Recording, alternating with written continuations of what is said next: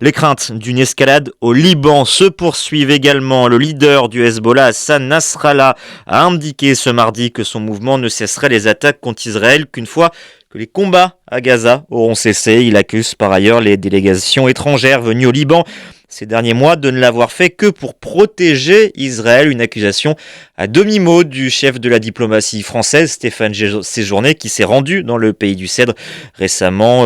Hassan Nasrallah qui rejette par ailleurs tout plan de paix prévoyant un retrait de sa milice de la frontière.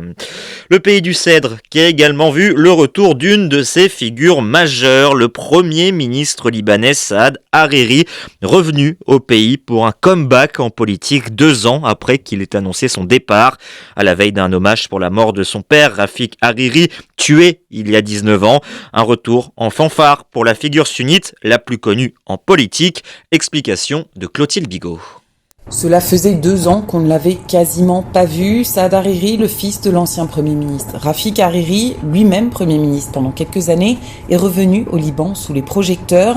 Il avait démissionné sous la pression populaire de la révolution libanaise en 2019, avant de revenir quelques mois en 2020. Un physique changé, le visage grisonnant et les cheveux coupés, il a rencontré hier l'ambassadrice des États-Unis au Liban, Lisa Johnson, ainsi que le grand moufti du Liban, représentant la plus haute autorité sunnite du pays. Cette venue au Liban a été largement fêtée dans le plus grand quartier sunnite de Beyrouth, Tariq el-Jdeideh, où ses soutiens sont nombreux. L'espoir pour la communauté sunnite est son retour sur la scène politique, alors que le Liban est toujours en attente d'un nouveau président ainsi que d'un nouveau gouvernement. Saad Hariri devrait s'exprimer devant les médias aujourd'hui à la suite de l'hommage national à Rafik Hariri, son père, mais son retour sur la scène politique est aussi attendu par les sunnites que craint par le reste des acteurs politiques.